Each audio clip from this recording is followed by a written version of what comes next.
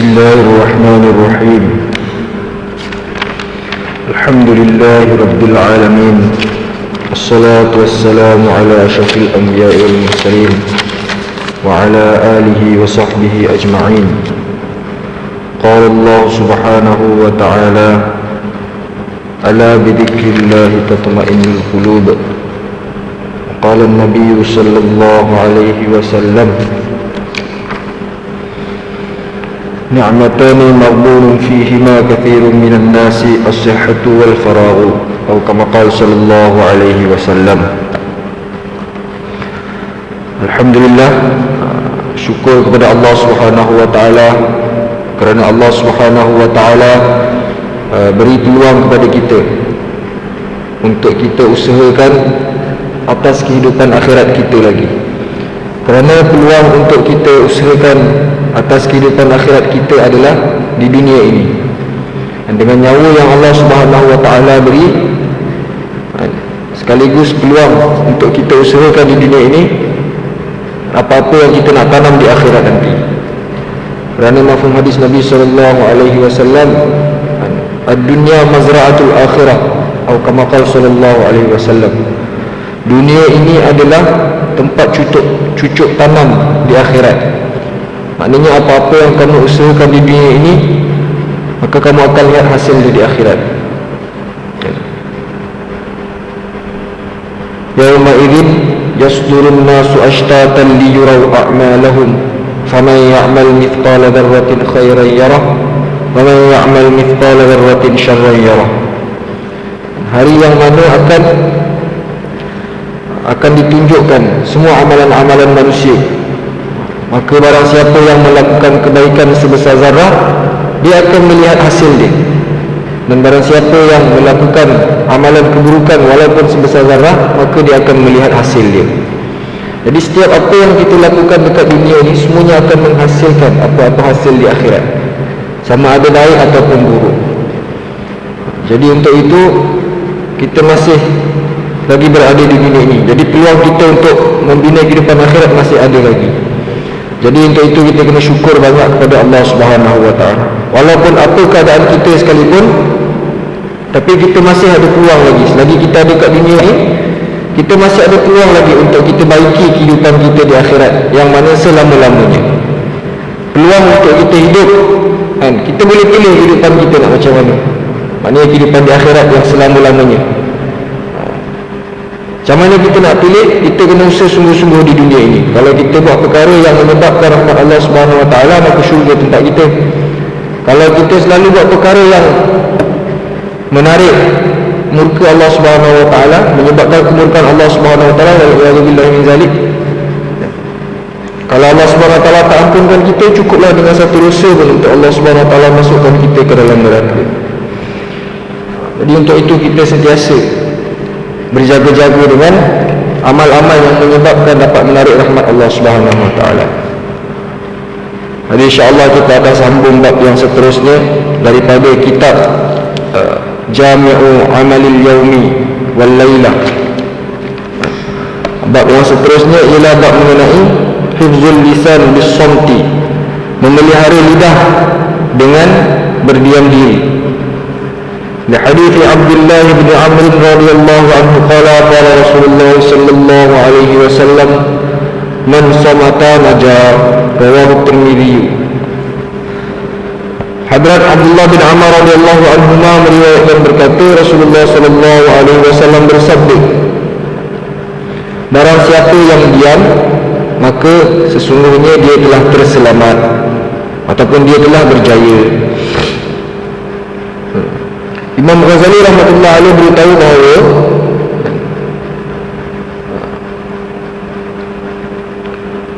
jadi barang siapa yang diam, maka dia berjaya. Kerana apa? Kerana apabila kita diam, maka kita banyak terselamat daripada perkara-perkara yang tidak baik. Dan bila seseorang itu bercakap, maka sama ada perkara tadi akan memberi faedah kepada dia ataupun akan memberi kecelakaan kepada dia. Jadi kalau satu orang itu diam, risiko dia untuk terdedah dengan perkara yang tidak baik itu kurang. Jadi orang yang banyak diam ni Nabi sallallahu alaihi wasallam beritahu dia berjaya.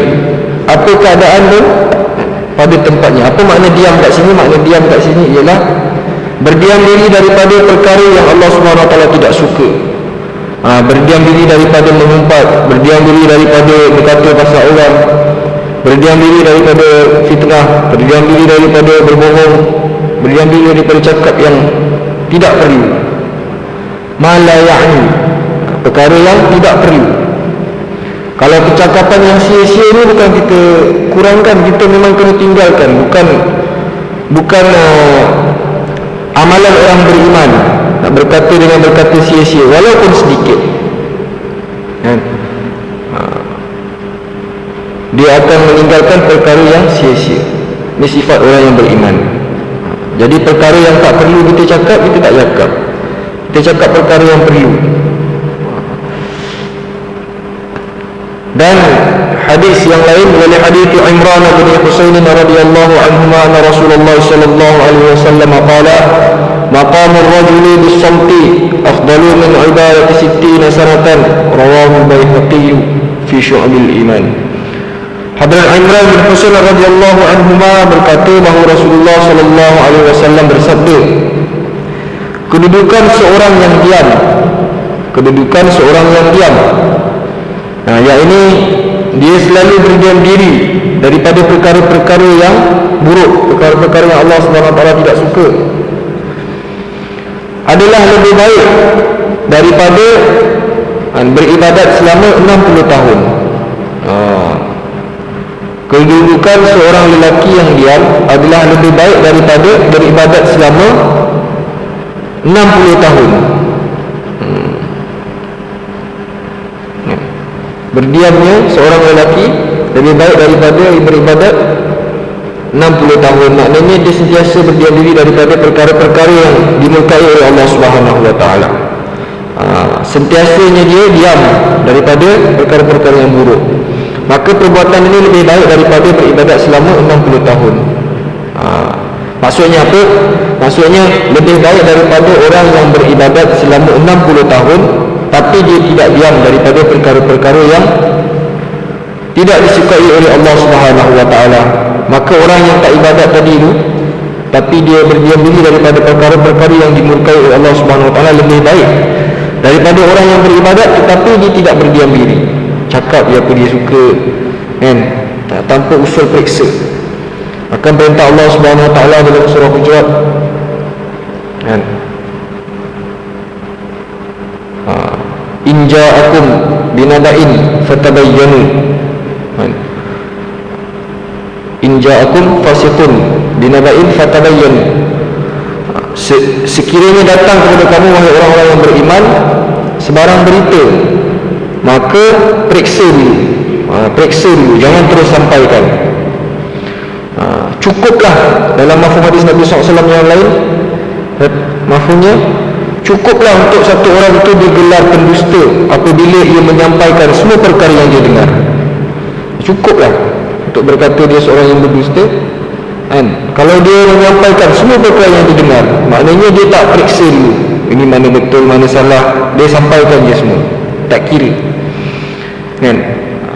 Jadi takut-takut sampai tak tahu cerita tu betul ke salah. Kalau cerita tu salah, kita dah tipu. Kalau cerita tu betul. Jadi sebab itulah Nabi SAW bersabda dalam hadis ni, lebih baik daripada 60 tahun ibadat sunat. Ibadat sahaja, bukan ibadat sunat. Ibadat selama 60 tahun.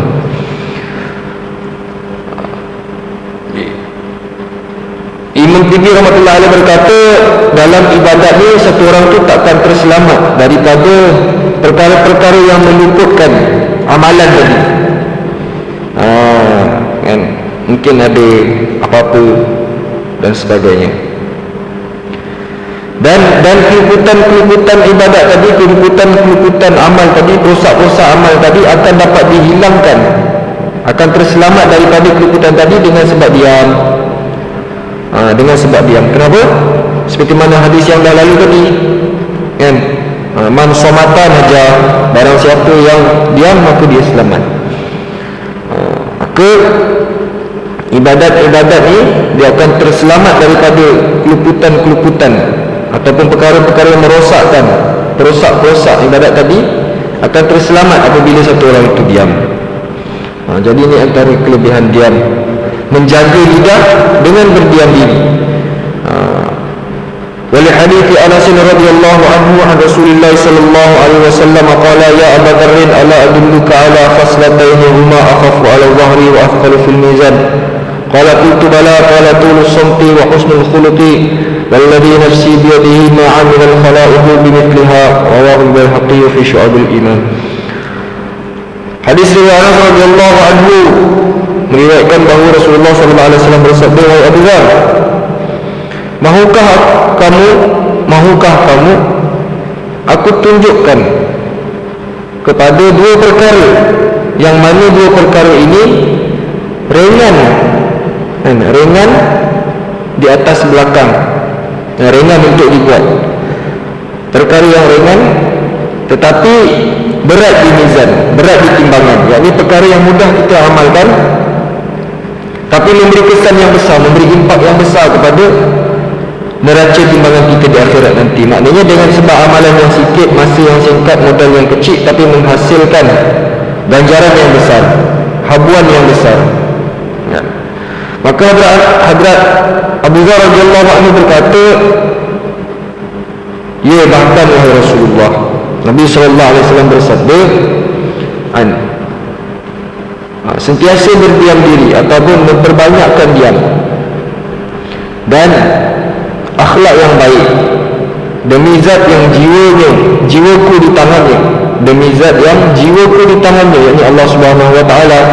Jiwa Nabi SAW di dalam genggaman Allah Subhanahu wa taala, maknanya Allah Subhanahu wa taala berkuasa penuh ke atas diri Nabi Muhammad sallallahu alaihi wasallam. Walladzi nafsi biyadihi, demi zat yang jiwaku di dalam genggamannya, yakni Allah Subhanahu wa taala, demi zat yang berkuasa penuh ke atasku.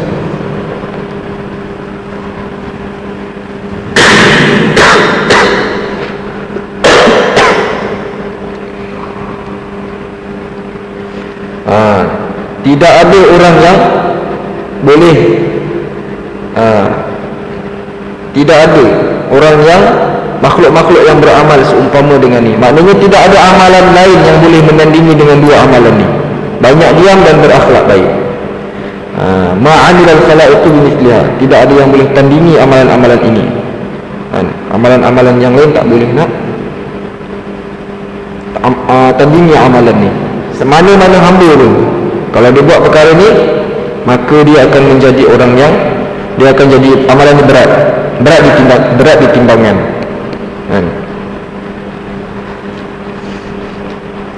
Jadi untuk itulah kita kena usahakan supaya pelihara lidah kita daripada perkara-perkara yang tidak disukai oleh Allah Subhanahu wa taala. Kalau kita takut cakap banyak sangat nanti tersalah, lebih baik diam. Kalau kita cakap, bila kita nak cakap sesuatu rasa macam akan menyinggung perasaan orang lain, akan menyebabkan orang lain jauh daripada Allah, kan, maka lebih baik kita berdiam diri. Seterusnya bab yang ketiga, hifzul lisan bi dzikrillah taala daiman, memelihara lidah dengan berzikir, menyebut nama Allah Subhanahu wa taala setiap masa, selalu, hal keadaan selalu, daiman. Fa idza qadaytumus shalah fadhkurullaha qiyaman wa qu'udan wa 'ala junubikum fa idza tma'nantum faqimus shalah innas salata kanat 'alal mu'minina kitaban mawquta. Apabila kamu telah selesai daripada solat, maka hendaklah kamu mengingati Allah Subhanahu wa taala, menyebut nama Allah Subhanahu wa taala hal keadaan berdiri dan duduk dan di atas lambung-lambung kamu. Maknanya berdiri, duduk, baring. Allah Subhanahu wa taala perintahkan kita untuk berzikir. Apa keadaan kita buat? Ya, duduk, baring, berdiri, menunjukkan bahawa apa keadaan kita sekalipun, hendaklah kita berzikir kepada Allah Subhanahu wa taala. Hendaklah kita ingat Allah Subhanahu wa taala. Apa makna zikir yang sebenar? Apa hakikat zikir yang sebenar? Sebut nama Allah Subhanahu wa taala, subhanallah, alhamdulillah, la ilaha illallah, Allahu akbar, itu zikir, sebutan zikir. Zikir ni dari segi lugah, dari segi bahasa makna dia sebut, ingat. Jadi bila kita ucapkan subhanallah, kita bertasbih, kita zikir dengan cara kita bertasbih, kan? Sebenarnya zikir ni dia satu perkara yang sangat besar. Di bawahnya lah semua amalan-amalan kita ni. Zikir bukan semata-mata menyebut subhanallah, alhamdulillah, alhamdulillah, Allahu akbar, kan? Tapi zikirnya lebih luas, iaitu apa yang hakikat zikir yang sebenar, iaitu menunaikan ataupun kita kata menyempurnakan perintah Allah Subhanahu wa taala, sambil hati ini hadir bahawa saya sedang melakukan perintah Allah Subhanahu wa taala, kan? Menunaikan perintah Allah Subhanahu wa taala bersama hati ini hadir bahawa saya sedang melakukan perintah Allah Subhanahu wa taala. Kalau ikut ayat ni secara umum, fadhkuru dia guna kata amar, kata perintah. Dia tak guna kata khabar, dia tak guna kata ayat biasa, ayat penyata biasa, tak. Dia guna perkataan amar. Kalau ikut asal perkataan amar, perintah, kan, maka ini perintah lah. Maka ini perintah Allah Subhanahu wa taala untuk kita berzikir, berdiri, duduk dan dalam keadaan baring. Ini perintah Allah Subhanahu wa taala. Cuma, kan, dari sudut perintah Allah Subhanahu wa taala tu barulah ulama keluarkan haram, wajib, harus, sunat dan sebagainya. Tapi kalau kita ikut asal maksud kata perintah tu dah memberi makna perintah, kan? Fadhkuru, ingatlah Allah Subhanahu wa taala dalam keadaan berdiri, dalam keadaan duduk, dalam keadaan baring, sebut nama Allah. Jadi bila kita nak buat satu amal perintah Allah Subhanahu wa taala, bersama hati kita menghadirkan bahawa ini adalah perintah Allah dan saya buat hanya semata-mata kerana Allah, dengan cara yang Allah suka. Apa cara yang Allah Subhanahu wa taala suka? Cara yang paling Allah Subhanahu wa taala suka semuanya dengan cara Nabi sallallahu alaihi wasallam. Maka setiap amalan yang kita buat dengan zikir tadi, dengan cara Nabi sallallahu alaihi wasallam, maka amalan tadi akan jadi zikir. Bersama hati kita hadir bahawa ini adalah perintah Allah, kan? Contohnya satu orang makan, kulu washrabu, Allah Ta'ala perintah juga dalam Quran untuk kita makan, kulu washrabu. Dalam masa yang sama Allah Ta'ala larang kita daripada berlebihan. Makan dan minumlah tapi jangan berlebihan. La tusrifu, jangan berlebihan. Membazir memang haram, membazir memang haram. Berlebihan ni maksudnya apa? Lebih daripada keperluan. Keperluan kita 2 pinggan, cukup 2 pinggan. Makan 3 itu israf. Kalau 4 tu dah membazir, dah buang, kan? Ini makan sampai perut tak boleh nak bangun, israf, lebih-lebih. Allah Ta'ala tak suka lebih-lebih. Apa-apa perkara pun dalam agama tak ada yang lebih-lebih. Semua sederhana, yang terbaik sederhana. Nabi SAW bersabda, khairul umuri awsatuha, sebaik-baik perkara itu adalah pertengahannya. Jadi ini perintah Allah Subhanahu wa taala. Contohnya makan, kita buat dengan sunnah Nabi sallallahu alaihi wasallam, kan?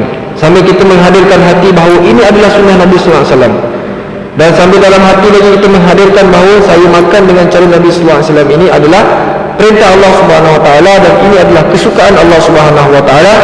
Maka perbuatan kita makan tadi itu dikira zikir. Dan inilah yang dimaksudkan dengan Allah Subhanahu wa taala dalam ayat ini, qiyaman wa qu'udan wa ala junubikum.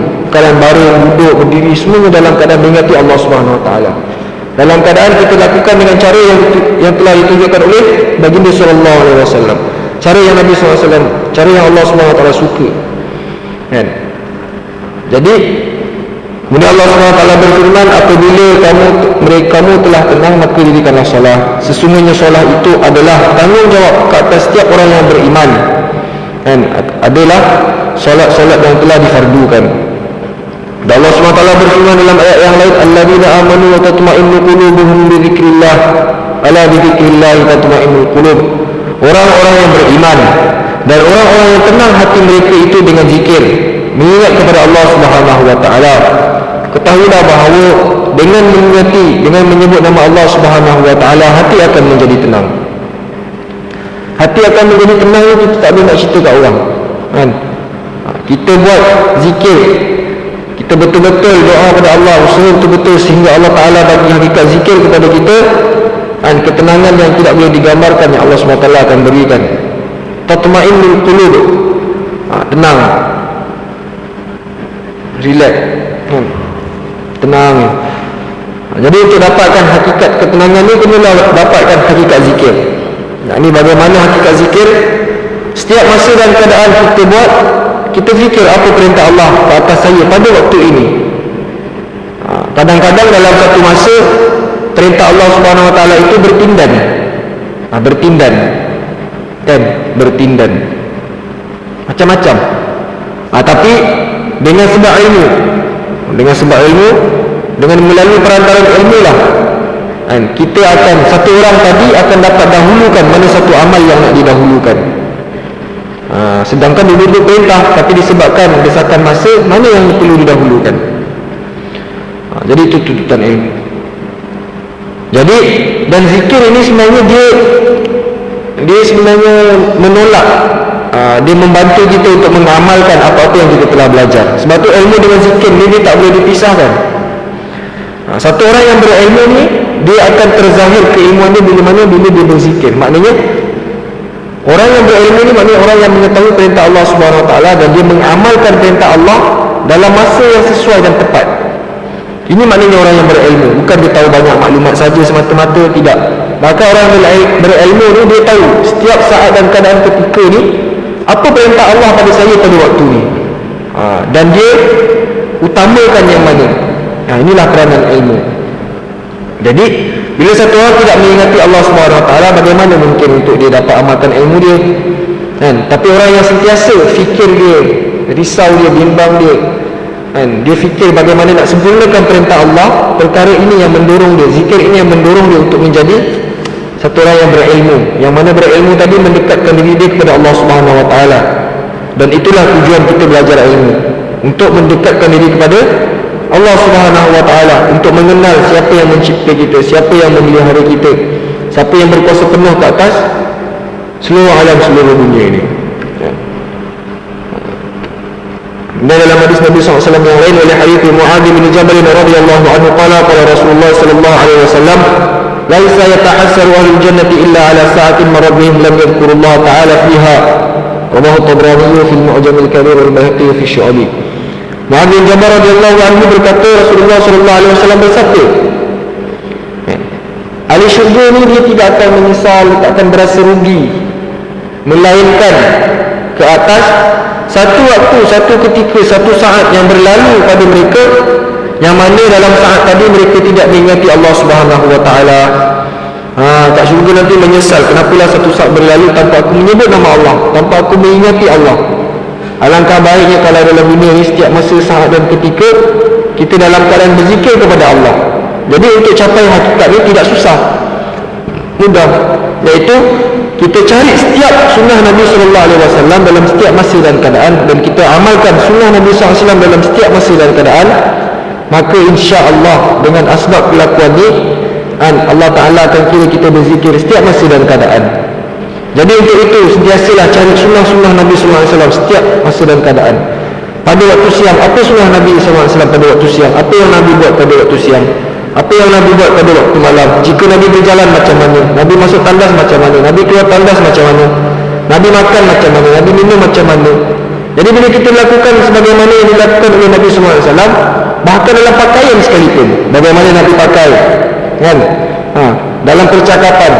Jadi selagi mana kita pakai apa yang Nabi SAW pakai dengan niat untuk meniru Nabi SAW, dengan niat kerana cinta kepada Nabi SAW, maka mudah-mudahan dengan itu kita sentiasa berzikir kepada Allah Subhanahu Wa Taala. Dengan pakai baju pun kita boleh dapat pahala berzikir pada Allah Subhanahu Wa Taala. Kenapa? Kerana kita pakai baju dengan baca doa, kan? Tanggal baju dengan baca doa, pakai baju yang menutup aurat, yang mengikut sunnah Nabi SAW, yang Nabi SAW suka, kan? Yang Allah SWT suka.